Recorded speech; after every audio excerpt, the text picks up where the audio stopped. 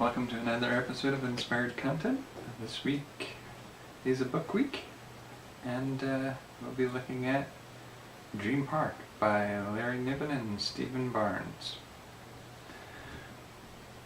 This is one of my favorite authors, so I'll take a look at it, see what kind of ideas it inspires, and see you on the other side.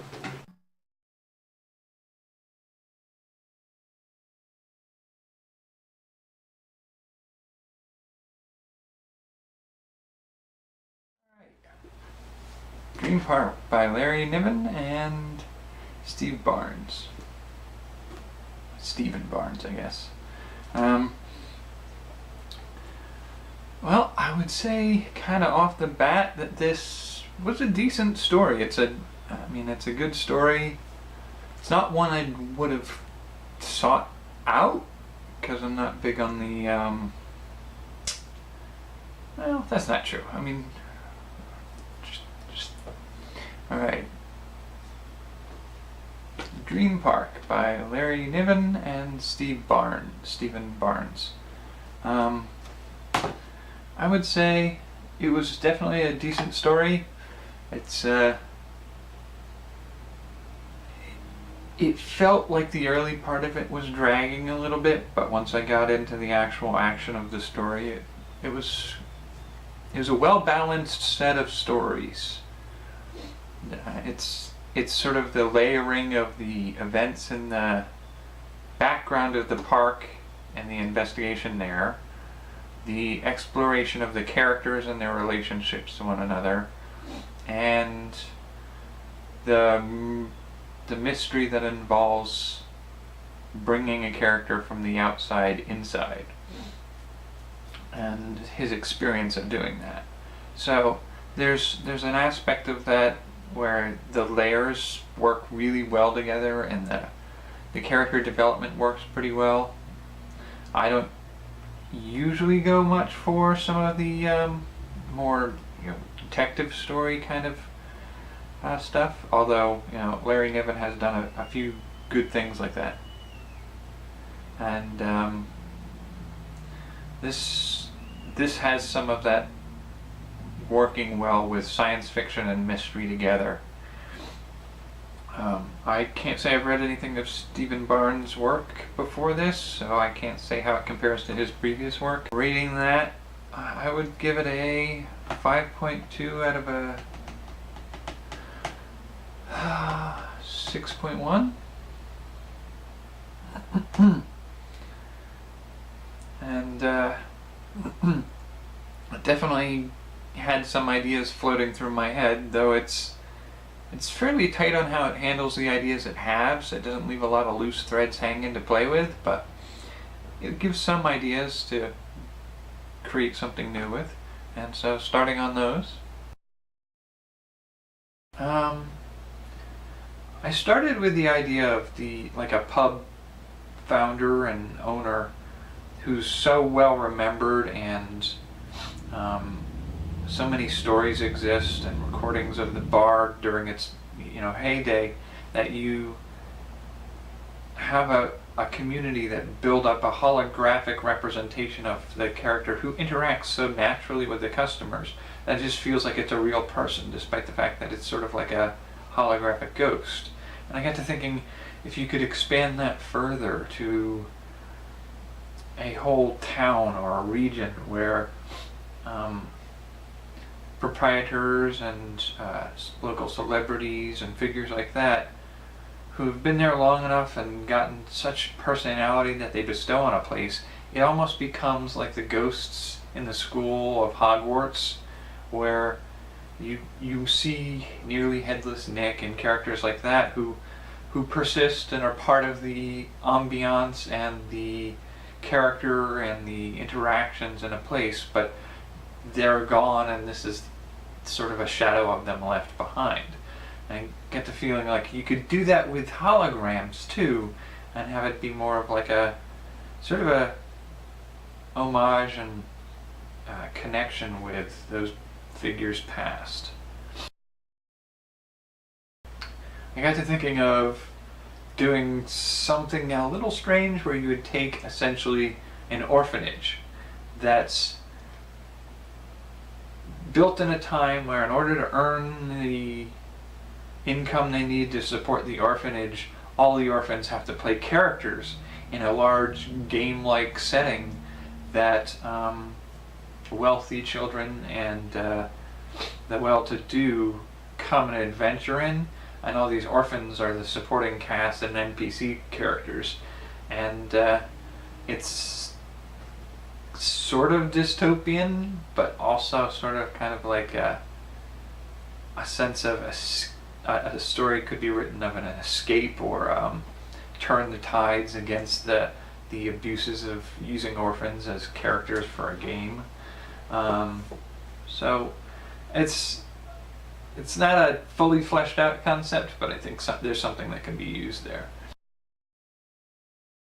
A city where either a natural disaster or a plague or a war has wiped out so many in the population that the survivors are just so shell-shocked that they can't come to grips with things that happened, and so they keep clinging to the idea that it never really happened. And so you built the city around trying to keep these people alive while trying to coax them towards closure that they need to go on with their lives.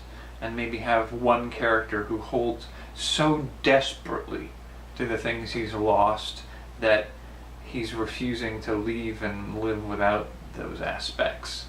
And you might even know, as you go into the story, reveal that he knows that he's really lost it all, but he'd rather cling to these shadows than not have any remnant of it left at all.